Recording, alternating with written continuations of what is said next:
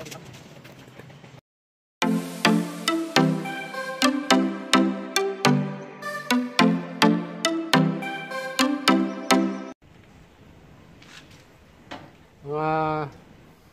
kabady, ito na yung part 2 ng ating ginawang vlogs tungkol dito sa multimetering ng isang building. Makikita nyo sa background ko, hindi ko lang na ipakita yung pag-install ng actual nung wire gutter, nung breaker gutter, saka yung main breaker nasa bandang taas, mga kabady.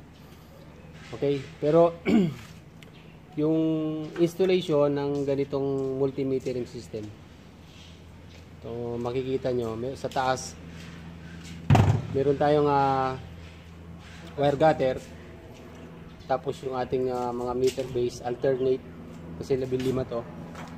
Sa baba meron tayong mga breaker gutter.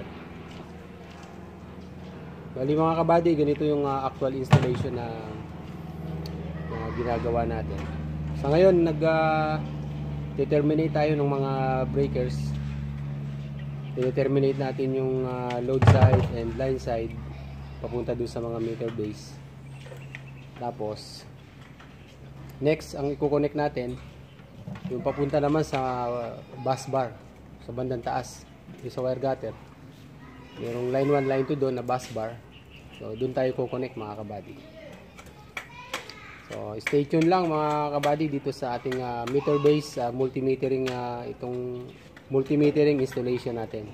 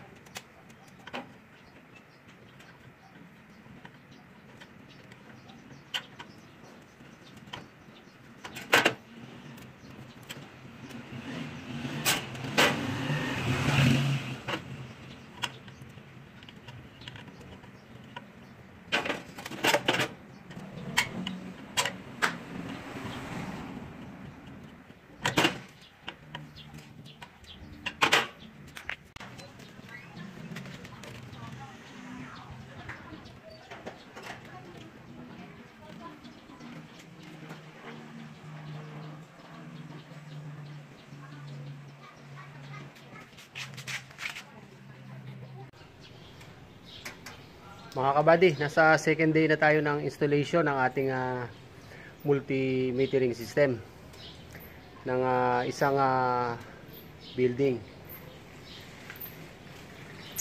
Kikita nyo,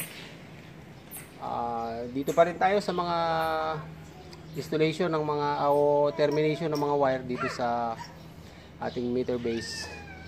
Breaker gutter, na-install na natin dyan yung mga breakers. So, nandito tayo sa mga meter base.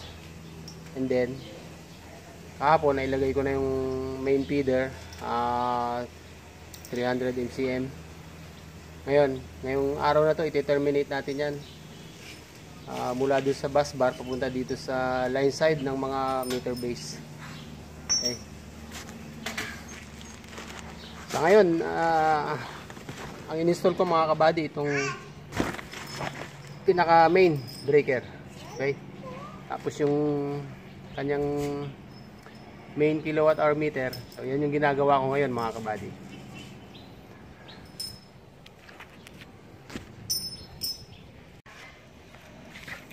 Kikita nyo mga kabady itong terminate natin.